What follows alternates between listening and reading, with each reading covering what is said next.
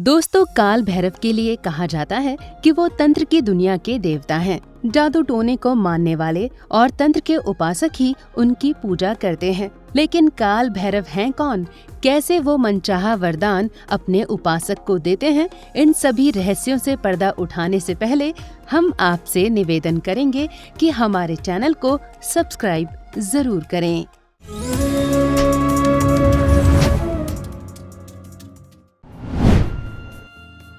शिव महापुराण के दूसरे खंड के 8वें अध्याय में एक कथा मिलती है, जब परमपिता ब्रह्मा जी अपने घमंड में चूर होकर सभी ऋषियों से कहते हैं कि मैं जगत का मूल कारण हूँ, मैं धाता स्वयंभू और सारे जगत का प्रवर्तक हूँ, मुझसे बड़ा दूसरा कोई नहीं है। तब वहाँ स्थित विष्णु जी हंसते हुए क्रोध करके कहते हैं, संपूर्ण लोकों का कर्ता यज्ञ स्वरूप नारायण मैं ही हूँ, मेरी ही आज्ञा से आप सृष्टि की रचना करते हैं। इसके बाद दोनों के बीच इसी तरह बहस चलती रहती है। तब वो दोनों वेदों के पास जाते हैं और कहते हैं कि आप सब कुछ जानते हैं, इसलिए आप लोग विश्वास पूर्वक कहिए कि एकमात्र अविनाशी तत्व क्या है। तब चारों वेद दोनों को नमस्कार करके कहते हैं कि जिनके भीतर संपूर्ण भूत स्थित है और सभी मनुष्य यज्ञों के द्वारा जिन ईश्वर को पूजते हैं वे एकमात्र रुद्र ही हैं। तब ब्रह्मा जी वेदों पर गुस्सा होकर कहते हैं कि तुम लोग चेतनाहीन होकर क्या बोल रहे हो। हर पल पार्वती के साथ रमण करने वाला, अत्यंत विकृत रूप वाला, जटाधारी, बैल पर सवारी करने वाला, सर्पों का आभूषण धारण करने वाला परम ब्रह्म किस प्रकार हो सकता है। ब्रह्मा जी के ऐसा कहते ही ज्योति के तेज से एक व्यक्ति प्रकट होता है। उसे देख विष्णु और ब्रह्मा जी को जलन होने लगती है कि हमारे बीच पुरुष शरीर धारण किए ये कौन आ गया। तब परम पिता ब्रह्मा उस व्यक्ति से कहते हैं कि हे नील लोहित, मैं तुम्हें जानता हूँ, डरो मत। तुम पूर्व समय में मेरे ही ललाट प्रदेश से उत्पन्न हुए थे। पहले मैंने ही रोने के कारण तुम्हारा नाम रुद्र रखा था। हे पुत्र, मेरी शरण में आओ, मैं तुम्हारी रक्षा करूँगा।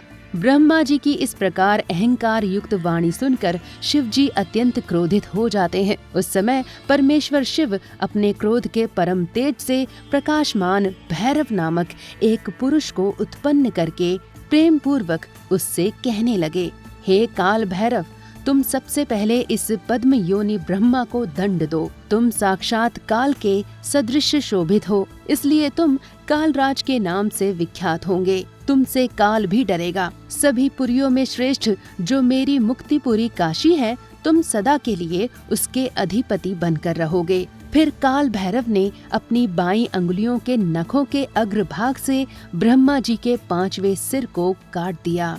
ब्रह्मा जी का कटा हुआ सिर देखकर विष्णु बहुत भयभीत हो गए। इस प्रकार वे दोनों ही उसी क्षण अहंकार रहित हो गए।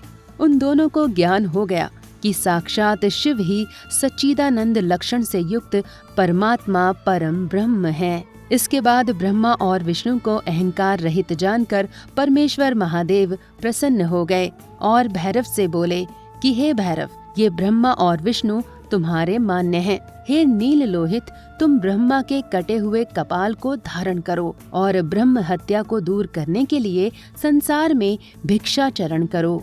पृथ्वी पर सभी तीर्थों का भ्रमण करने के बाद काल भैरव शिव की नगरी काशी में पहुँचे। वहाँ पर वे ब्रह्म हत्या के दोष से मुक्त हो गए। भगवान भैरव के बटुक भैरव, महाकाल भैरव और स्वर्णाकर्षण भैरव प्रमुख रूप हैं।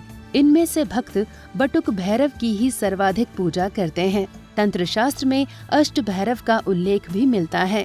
असितांग भैरव, रुद्र भैरव, चंद्र भैरव, क्रोध भैरव, उन्मत्त भैरव, कपाल भैरव, भीषण भैरव और संघार भैरव। ब्रह्मवैवर्त पुराण में महाभैरव, संघार भैरव, असितांग भैरव, रुद्र भैरव, काल भैरव, क्रोध भैरव, ताम्रचूड़ भैरव और चंद्रचूड़ भैरव नामक 8 पूज्य भैरव बताए गए हैं। इनकी पूजा करके मध्य में नवशक्तियों की पूजा करने का विधान बताया गया है। शैव धर्म के मुताबिक भैरव भगवान शिव के विनाश स्वरूप से जुड़ा एक उग्र अवतार है। आमतौर पर हिंदू धर्म में भैरव को दंडपाणी कहा जाता है। यानी कि जिसके हाथ में दंड हो और जिसका वाहन कुत्ता है। भैरव पूरे भारत, श्रीलंका और नेपाल के साथ साथ तिब्बती बौद्ध धर्म में भी पूजे जाते हैं। हिंदू और जैन दोनों भैरव की पूजा करते हैं। उपासना की दृष्टि से भैरवनाथ एक दयालु और शीघ्र प्रसन्न होने वाले देवता हैं तथा उज्जैन में भैरव बाबा की जागृत प्रतिमा है। काशी के काल भैरव मंदिर के लिए कहा जाता है कि औरंगजेब के शासनकाल में विश्वनाथ मंदिर को तोड़ दिया गया था। तब भी काल भैरव मंदिर पूरी तरह अछूता रहा। जनश्रुतियों के अनुसार काल भैरव का मंदिर तोड़ने के लिए जब औरंगजेब के सैनिक वहां पहुंचे तो अचानक पागल कुत्तों का एक पूरा समूह कहीं से निकल पड़ा। उन कुत्तों ने जिन सैनिकों को काटा वो तुरंत पागल हो गए और फिर खुद अपने ही साथियों को काटने लगे। बादशाह को भी अपनी जान बचाकर भागने के लिए विवश होना पड़ा। उसने अपने अंगरक्षकों द्वारा अपने ही सैनिक सिर्फ इस डर से मरवा दिए कि कहीं पागल होते सैनिकों का काफिला उस पर ही हमला न कर दे।